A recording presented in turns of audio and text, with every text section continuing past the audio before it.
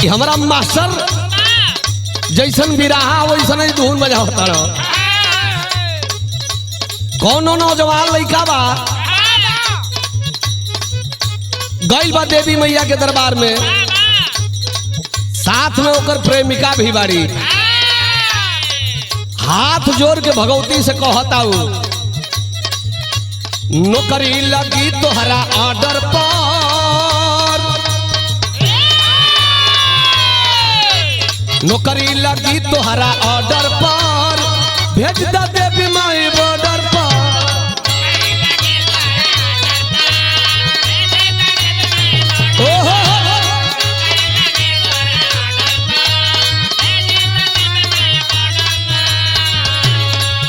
हमार सपना साकार माई कर दिए हो, तब ओकर प्रेमिका कह दिया, आर मिला भर हम जनुआ करे अरजी हो, अरे आर मिला भर हम जनुआ करे अरजी हो, देह पर चढ़ा दो देवी मैया वरदी हो।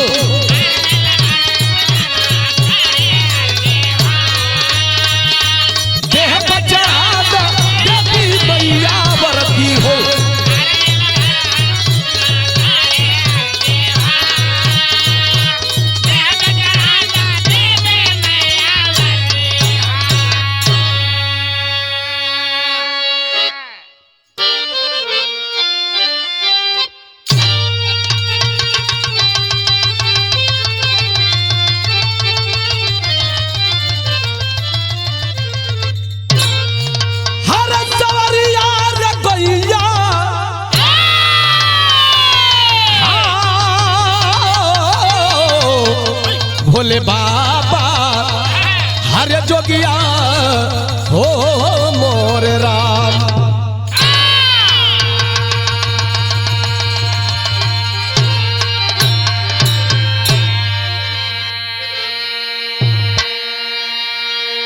बिरहा सुनने वाला सब भैया लोगन के राम को ले याद आओ, गाजीपुर और पूरे टीम के ओर से बहुत बहुत प्रणाम।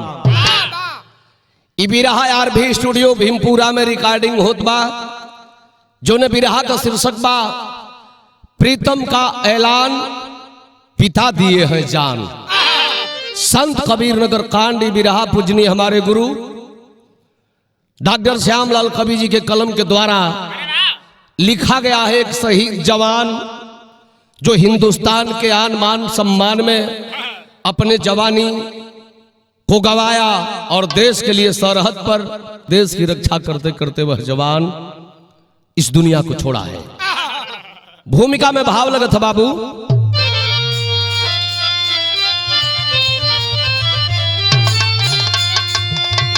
सरहद हिंद की रक्षा करके जवानों, हिंद का तो पताका फहराते हैं फौजी, बर्फ की अब चट्टानों पर सर को उठाकर भारत माता का दामन बचाते हैं फौजी। मान सम्मान की जहां धज्जी उड़े, मौत को भी गले से लगाते हैं फौजी। कभी श्यामलाल भारत माता के वीरों, कभी पीछे कदम ना हटाते हैं फौजी।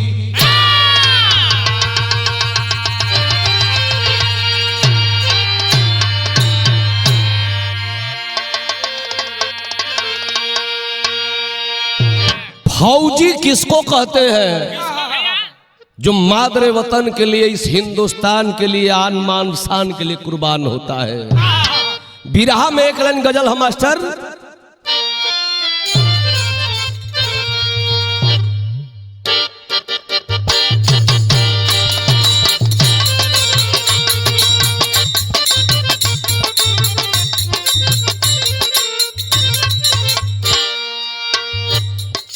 अरे ऐसा पहेली,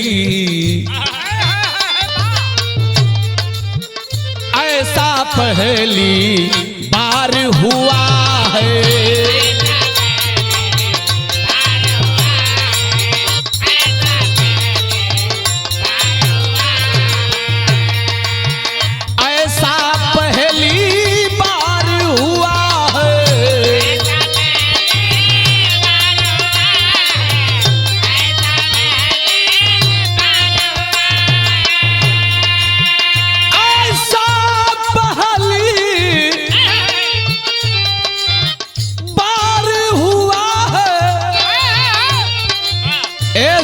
बाबू हमको किसी से प्यार हुआ है।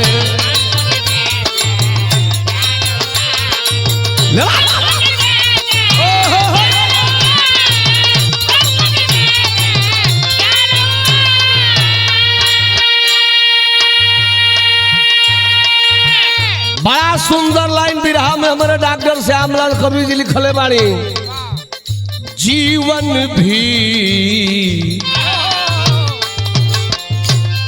अरे जीवन भी आबाद हुआ है।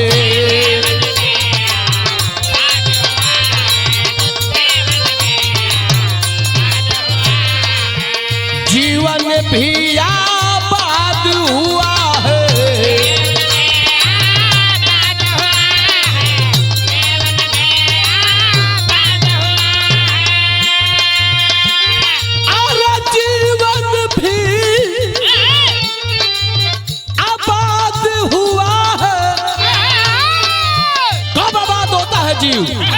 फौजी फौजी फौजी एक लाद हुआ है। फौजी एक लाद हुआ है।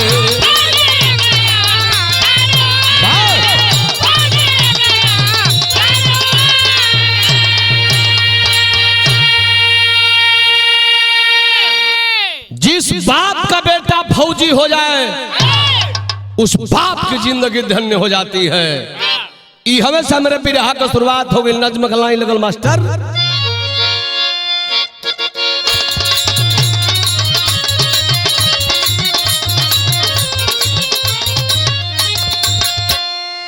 संत कबीर नगर, संत कबीर नगर यूपी का एक हिस्सा है। दिल दहल गया वीरताई बना किस्सा है।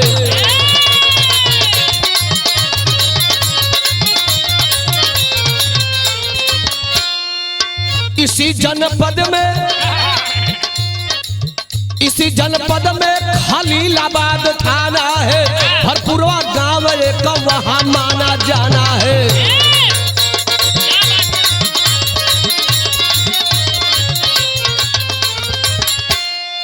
भरपुरवा गांव में गंगा यादव का मकान सुनो। जुगुरा देवी गोद में 8 थे संतान सुनो।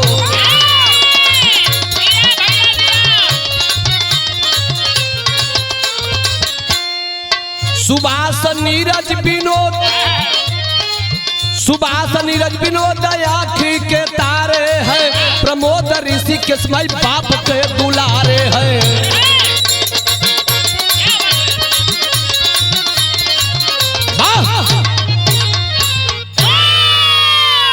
आप तनी यही जे बात के समझ लेंगे भैया।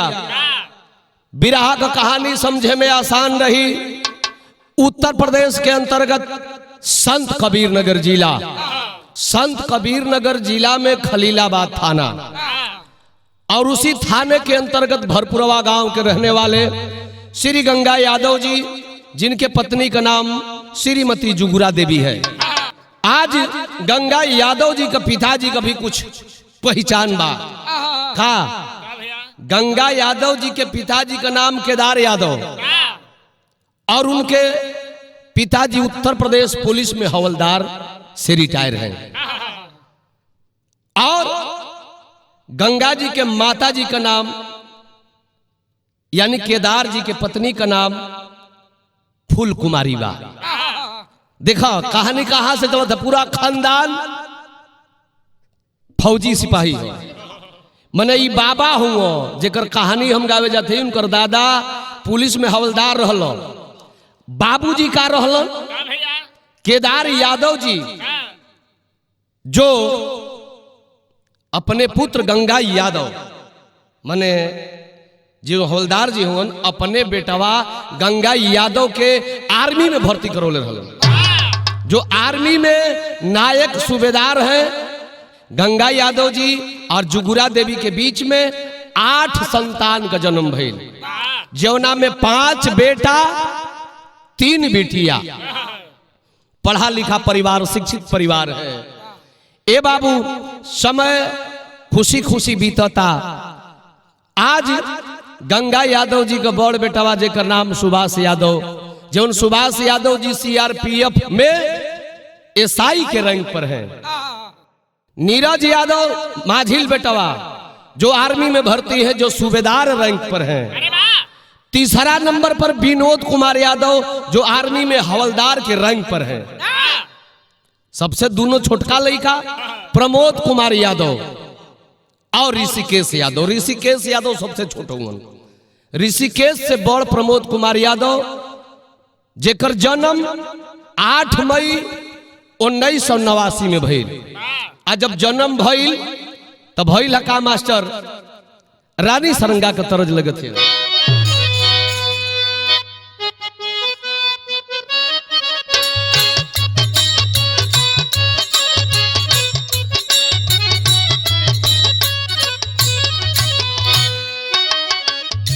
प्रमोद यादव रहले गोदिया का सितारा वायर, गोदी का सितारा हो खाई पी के भइलन सयानी।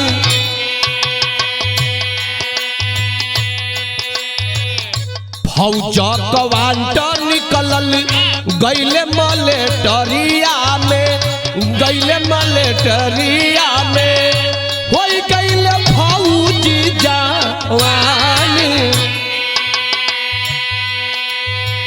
ए भैया हाई देखा चौथो नंबर वाला लड़का प्रमोद कुमार यादव भर्ती हो गए। अब भर्ती जब भइलन हो ए भैया तब माई बाबू का छतिया दूना न हो गई हो। अब लड़का भर्ती हो गई तो बाबूजी समझावतन कि बेटा आप ड्यूटी जो आ तोर बियाह अब हपच के तिलक लेके करो। तब मार्केट का एगो नई धुन लग गई मास्टर।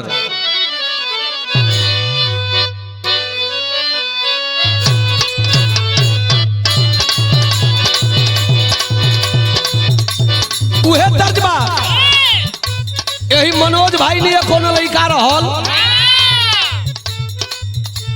गांव में कोनो सेव बेचे आइल बिया, मैं बेचा गइल बा छोटवर दुए गो सेव बचल बा दौरी में लेके घूमत हो। कहते कि सेव ले लो, सेव ले लो।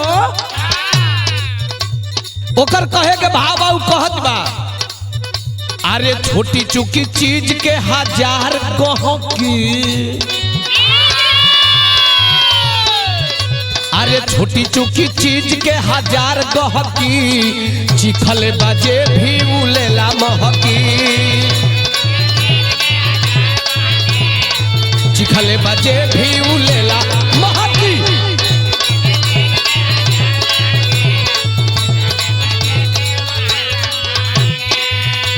आज वाला लड़का खड़ा हो गई, खड़ा होके कहता ए हो मन रखनी हम नाही जखनी, तनी चिखा दो चिखा दो। ए हो मन रखनी हम नाही जखनी, तू तो मंगला पदे तारू नाव भर। अरे रखले बारू पाव भर, हिलवले बारू गाँव भर।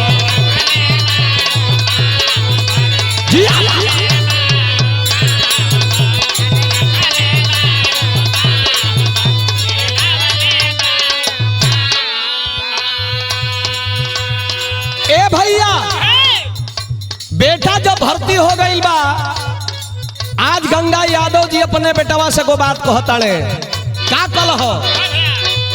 गंगा यादव कहे बेटा रखी ह पगड़ी,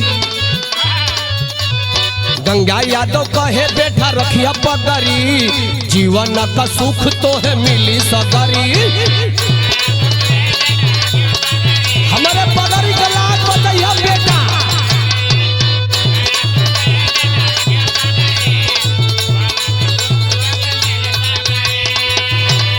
एहो हम बेटावा कर जनी लेटावा,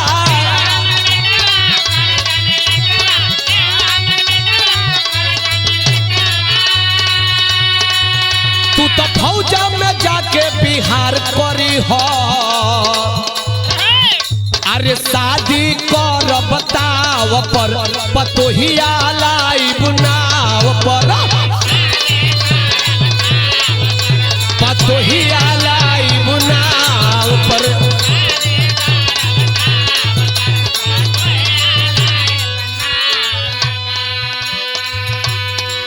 ए बाबू बाबूजी बड़ा खुश बाड़ो।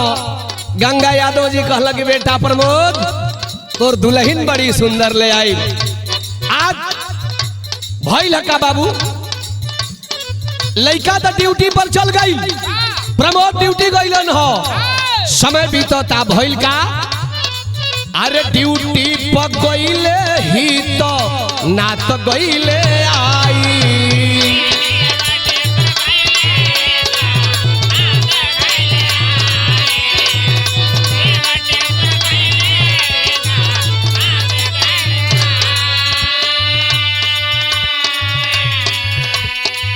सिमरना के किरण से भैली सगाई।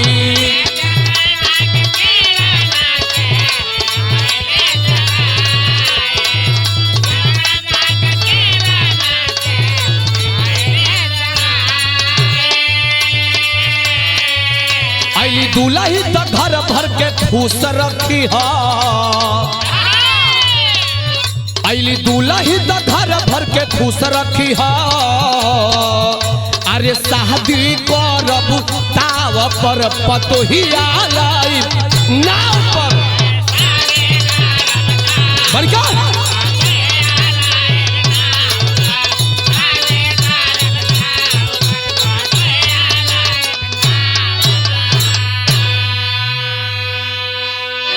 ए भैया अपने बेटवा का शादी गंगा यादव जी 12 फरवरी 2013 में कर दिल। कैसे? सेमरोना गांव का रहे वाली किरण यादव से शादी भइल। शादी भइला के बाद दुल्हन घर में आइल बाड़ी, हाथ जोड़ के बाबूजी निवेदन करतन कि 5 बेटा हुआ तो लोग 5 पांडो हुआ, मिल के रही है लोग लाल। केहू अपना मेहरारू के बात मत सुनी। अब सबसे छोट रही ऋषिकेश बा, यही का नंबर बा, आल मिलजुल के यही लड़का के भर्ती करा दलो। माई बाबू खुश होंगन। आज हो भैया जेकरा घर में दुल्हन आ जाई तो 1 साल बीती 2 साल बीती भगवान जरूर कुछ दी है। आखिर घर में खुशहाली फिर कैसन छोले बा, यहाँ फिर तरज बदलत है।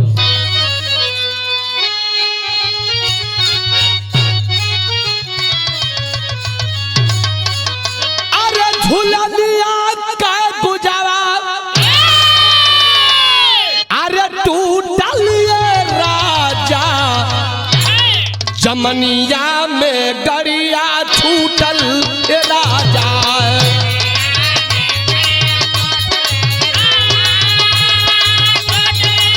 राजा अरे छूटल राजा जमनिया में।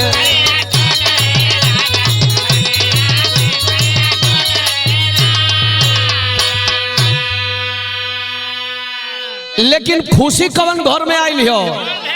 अरे परमद के गोदिया में खेले लालनवा, भवनवा में हंस लागल अननवा।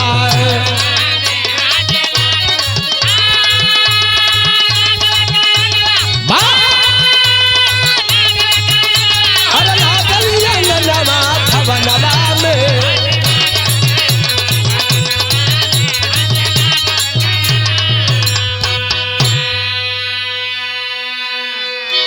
पहली भूख का प्रमोद यादव और किरण यादव के बीच एक बेटवा का जन्म भइल, जौना बेटवा का नाम रखलन का प्रीतम यादव भइल का।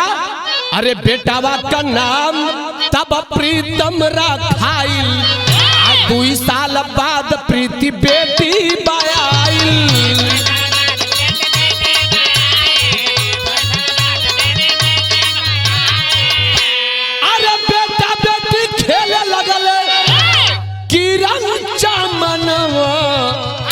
भवनवा में हास लागल अनाडबा। ए भैया, शादी होने के बाद प्रमोद यादव NSG कमांडो के रैंक पर पहुंच गए और पति पत्नी के बीच 2 संतान भी पैदा हुए। बेटवा प्रीतम यादव 19 दिसंबर 2018 में जन्म ले रहा और कुछ दिन बाद बीतने के बाद बेटी पैदा हुई जिसका नाम प्रीति यादव, जेकर जन्म 17 अक्टूबर 2020 में भइल।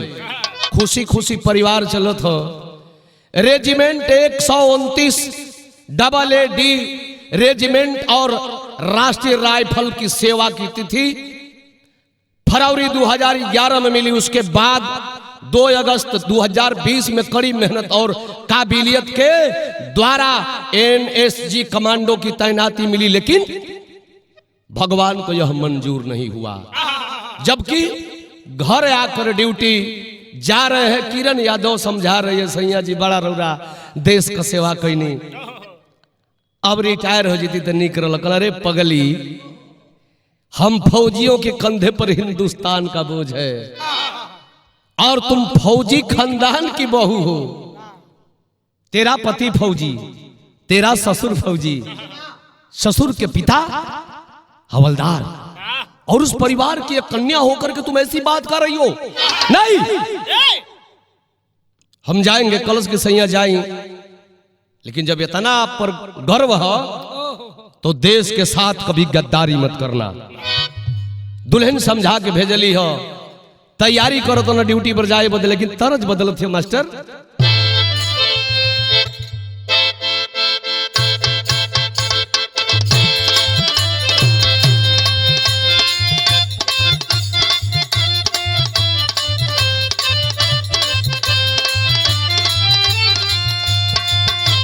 से सुंदर भाव कवि जी बिरहा में लिखल हो। आज भइल का बाबू विधाना कली खल की समतिया नुओ, विधाना कली खल की समतिया नुओ, कोई के करले ना डरी मतिया न हो, कोई के करले ना डरी।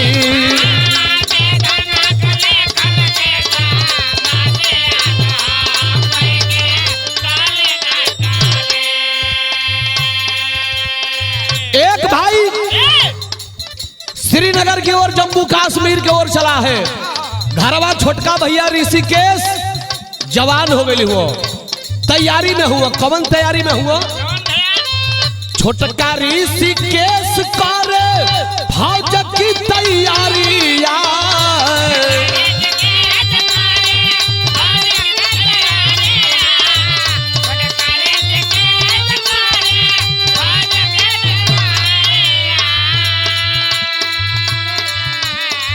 घर से परमोध गईल बाध के बगरिया,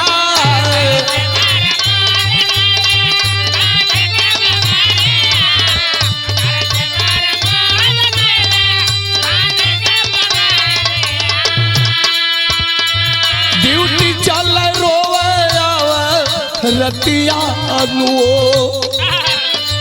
ड्यूटी चल रोवे रतिया नुओ, कोई के करल ना डरी।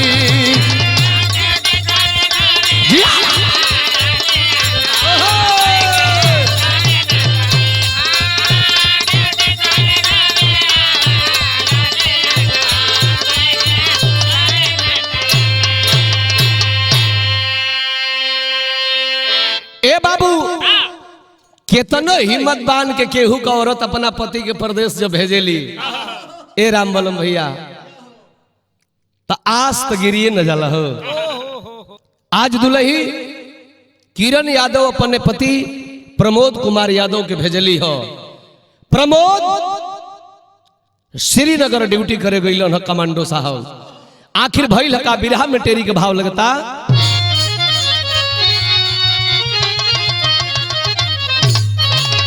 अरे सरहद पर सीना तानी है खड़ा,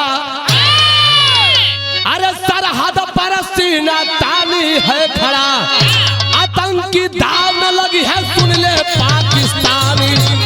जिया जिया जिया। संत कबीर नगर का वासेर प्रमोद कुमार यादव श्रीनगर में ड्यूटी दे रहा है, अपने मित्रों को समझा रहा है कदम पीछे नहीं हटाना है इन हरामियों से। आखिर ये बाबू ड्यूटी करत हूँ, लेकिन भइल हका बाबू विदेशिया का भाव लगता।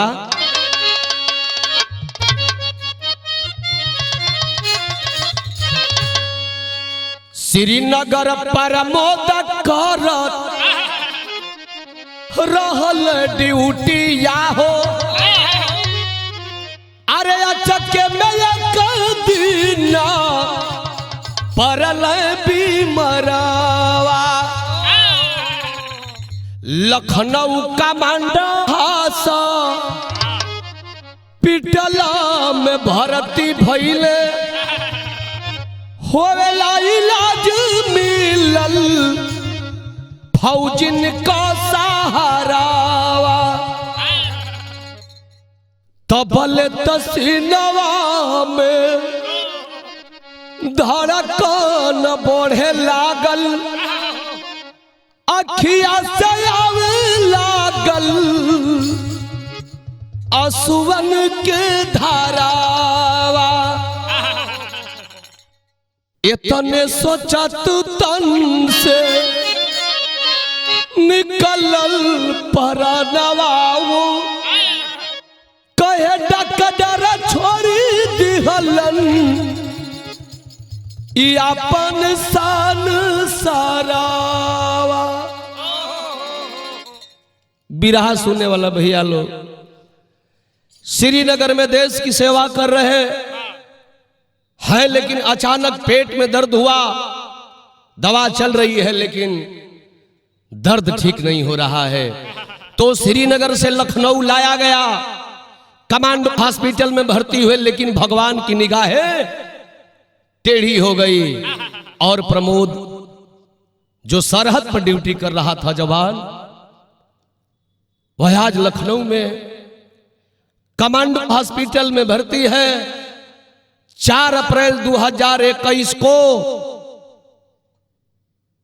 वह जवान बेड पर सोया है और देश का फौजी सोया का सोया ही रह गया। आज ही खबरिया घरे पहुंचले हो बाबू, लखनऊ से फौज के गाड़ियों के द्वारा, फौजी जवानों के द्वारा तिरंगे में लपेट करके प्रमोद कुमार यादव की डेड बॉडी जब घर की ओर चली है, ए बाबू भइल का हो यह तरज बा।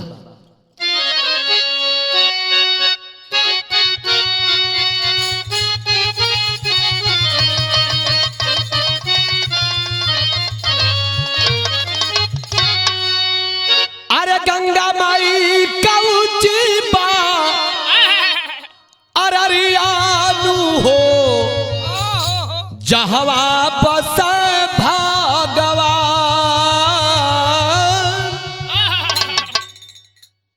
तरज रहल, लेकिन आज खबर भरपुरवा गांव में हो बाबू पहुंचल हो, तब भइल का तिरंगा में लपेटल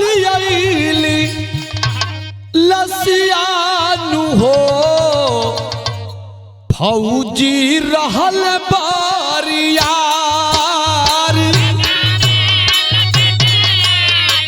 लसियानु हो फौजी रहल बारियार।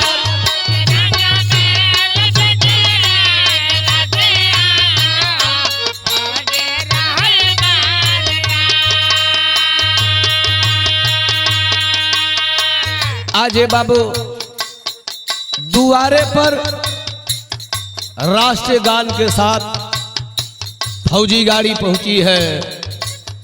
हजारों कई हजार लोगों की भीड़ है। आज प्रमोद कमाई हो भैया, जब जनली है कि हमार पांचों पांडवन में एगो हमर बेटवा दुनिया के छोड़ दिलस, कहल लले बाबू कि अमृत का धार केहू कितना पियाई हो भैया एगो माई बिना, कैसे करे जवा जुड़ाई हो भैया एगो माई बिना।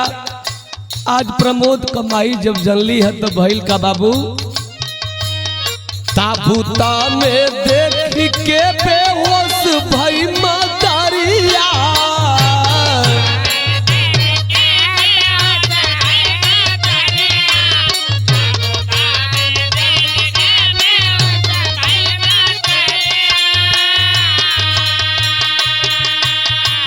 औरी छाती पीटी रोतारी किरण गुजरिया,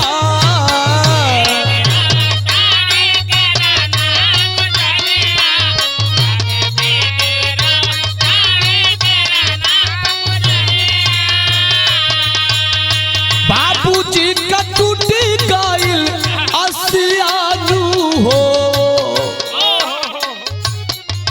अरे बाबूजी का टूटी गइल असियान हो, फौजी रहल बारियारी,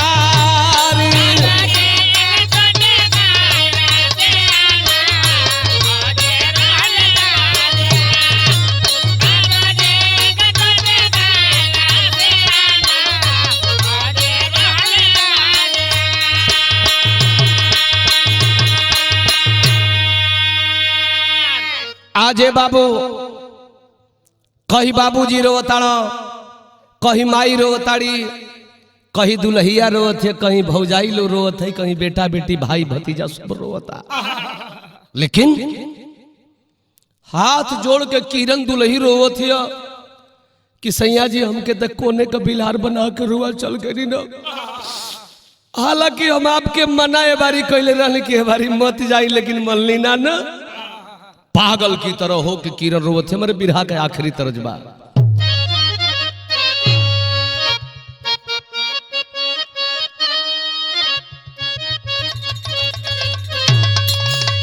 एहू जो तरह से सुंदर भाव बिरहा में बा, किरण रोवताड़ी अल्लाह बगीर के अपने सैया के रोवताड़ी कहताड़ी कि जोई हम जानती, जोई हम जानती,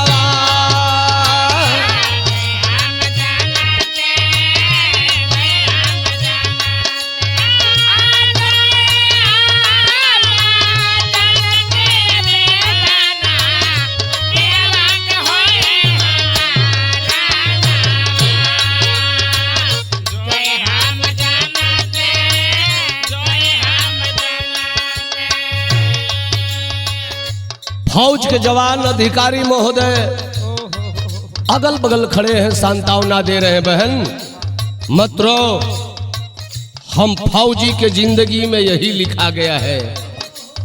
ये तो संजोग है कि तुम्हारा पति सरहद पर नहीं शहीद हुआ, तबीयत खराब से मरा है। बहन हम फौजियों की जिंदगी का कोई ठिकाना नहीं, किस मुदई की गोली किधर से आएगी, हम फौजियों के सीने को छेदती हुई बाहर निकल जाएगी। कहते कि साहब करे नहीं देती, करे नहीं देती,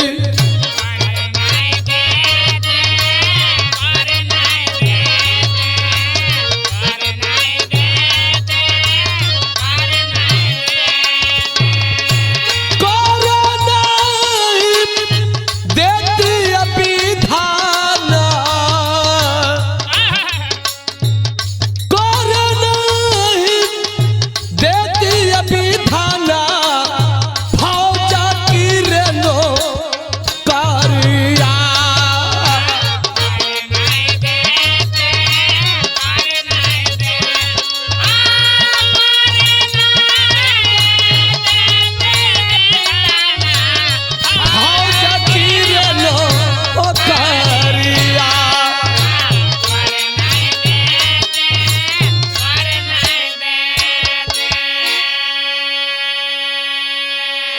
ए बाबू रो रही है कि आज हमने का उम्र ही कितना दिन भई, भगवान छोटी छोटी लइका लइकी दिले हुवन, हम के करे सहारे जियब, के करे सहारे बचवन का परवरिश करब। आज ए बाबू हम कौने ओरी जाई, जार बेजार रोवत है, लेकिन भैया हो फौज की नौकरी ही ऐसी है, आज जेकरा जिंदगी में जवन लिखल बा उहे होइए मास्टर साहब। आज भइल का बिरहा में अल्लाह का भाव लगता,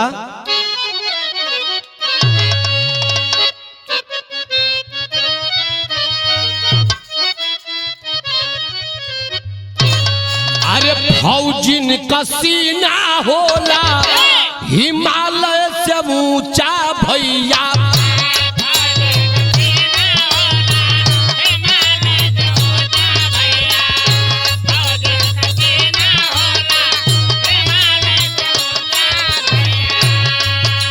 अरे फौजिन का सीना होला हिमालय से ऊंचा भैया,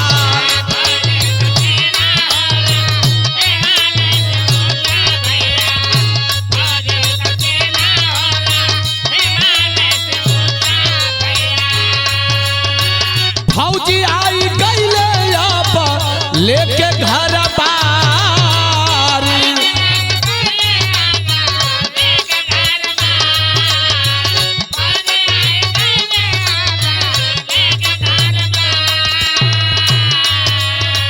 प्रमोद शहीद भइले आइल बाटे लसिया बाबू,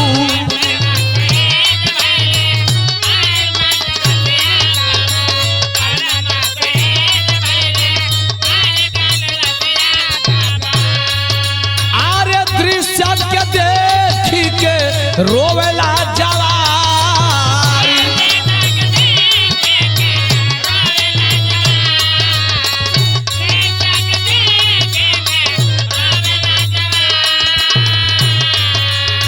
स्वर्गीय के दरिया दवता सींचल फूलवरिया बाबू,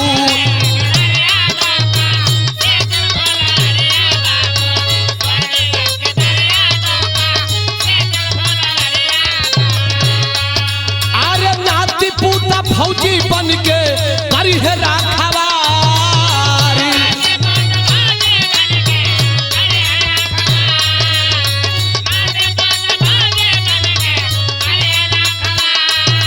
अरे फौजी सम्मान साथे भइली विदाई बाबू,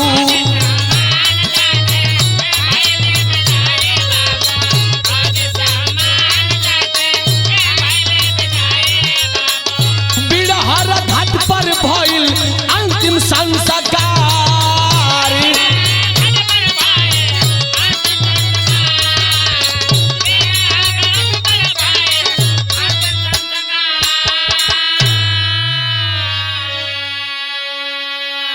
ए बाबू आज पूरे परिवार, पूरा गांव, पूरा प्रदेश, पूरा देश रो रहा है प्रमोद कुमार यादव फौजी के लिए। प्रमोद यादव के भतीजा राज कपूर यादव जो फौज की तैयारी में पढ़ाई कर रहे हैं, झरझर झरझर रो रहे हैं।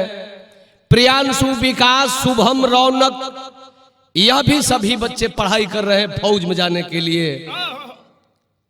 और शहीद प्रमोद यादव के याद में रो रो करके अंतिम विदाई लोग दे रहे हैं।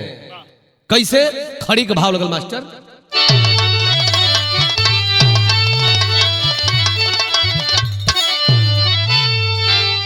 आज जब बिड़हर घाट पर फौजी लोगों के साथ 1000, 1500, 2000 लोगों के भीड़ में छोटा बच्चा, शेर का बच्चा शेर होता है। प्रमोद कुमार यादव का बेटा प्रीतम यादव एक बात कह रहा है, खड़ी का भाव हो।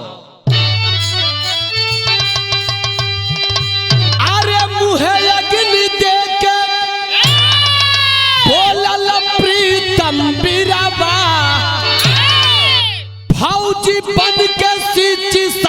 के तोहार हीरावा।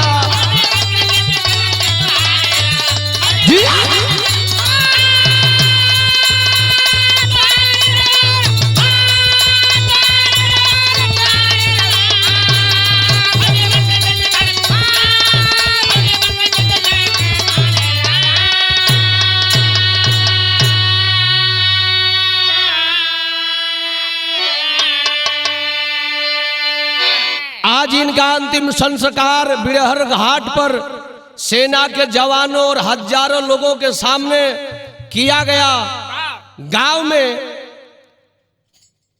एक काम भी किया गया सरकार की ओर से, प्रतिमा का अनावरण हुआ जो 4 अप्रैल 2023 में किया गया, जहां से उस स्थान से लोग गुजरते हैं तो एक बार अपने गांव अपने क्षेत्र के हीरो प्रमोद कुमार यादव फौजी का नाम लेकर के और सर झुका कर जाते हैं।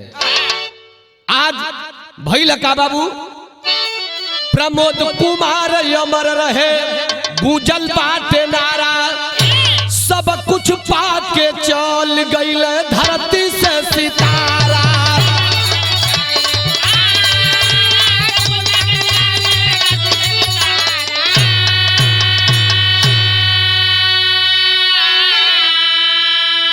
पूरा परिवार आज बहावनिरावा, फौजी बन के सींची सरहद के तोहार बिरावा।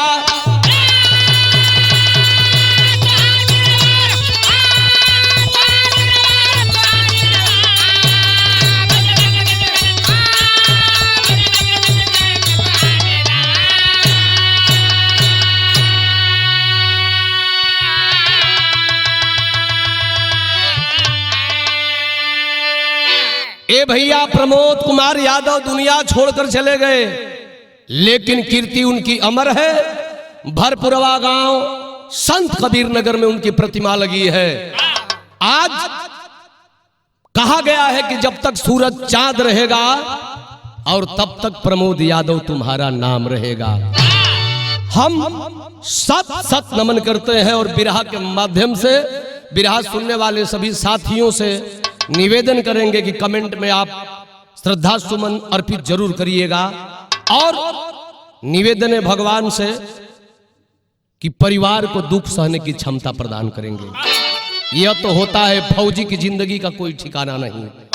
आखिरी लाइन, जय जखाड़ गुरु जद्दू लौटन की लहरे फुलवारी, गंगा सागर सुबास मितवा रामनाथ की तैयारी, सरहद पर सीना तानी है।